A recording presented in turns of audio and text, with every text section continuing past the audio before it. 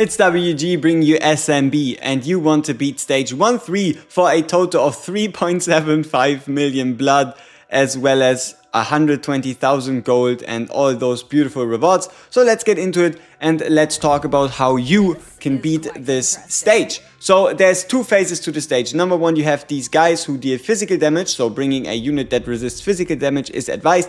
And if you don't have a tank, bring Jestel. Jestel actually has passive physical damage reduction.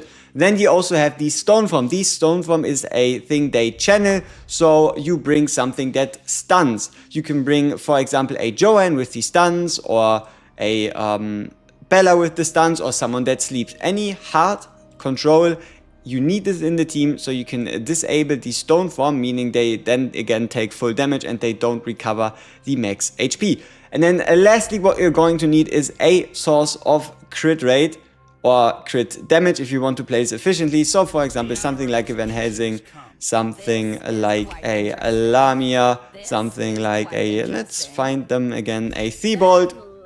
All of them all do work, but at the end of the day, you just need a bit of AoE damage. You could also, for example, bring two AoE damage dealers and just one tank. So for example, formation like this, if your damage might be lacking. So let's bring in Van Helsing. Let's keep it with our same team. We have then the option to curate our starting hand. So make sure your stunning skill is in your starting hand, as well as your acapella if you have one. And then preferably you also want your first 3 cards to be able to allow you to go into a Blood Moon.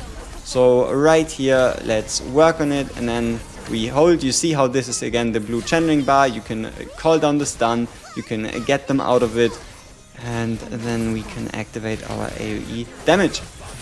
So we go in with Van Helsing, with the quick draw, with the big hits.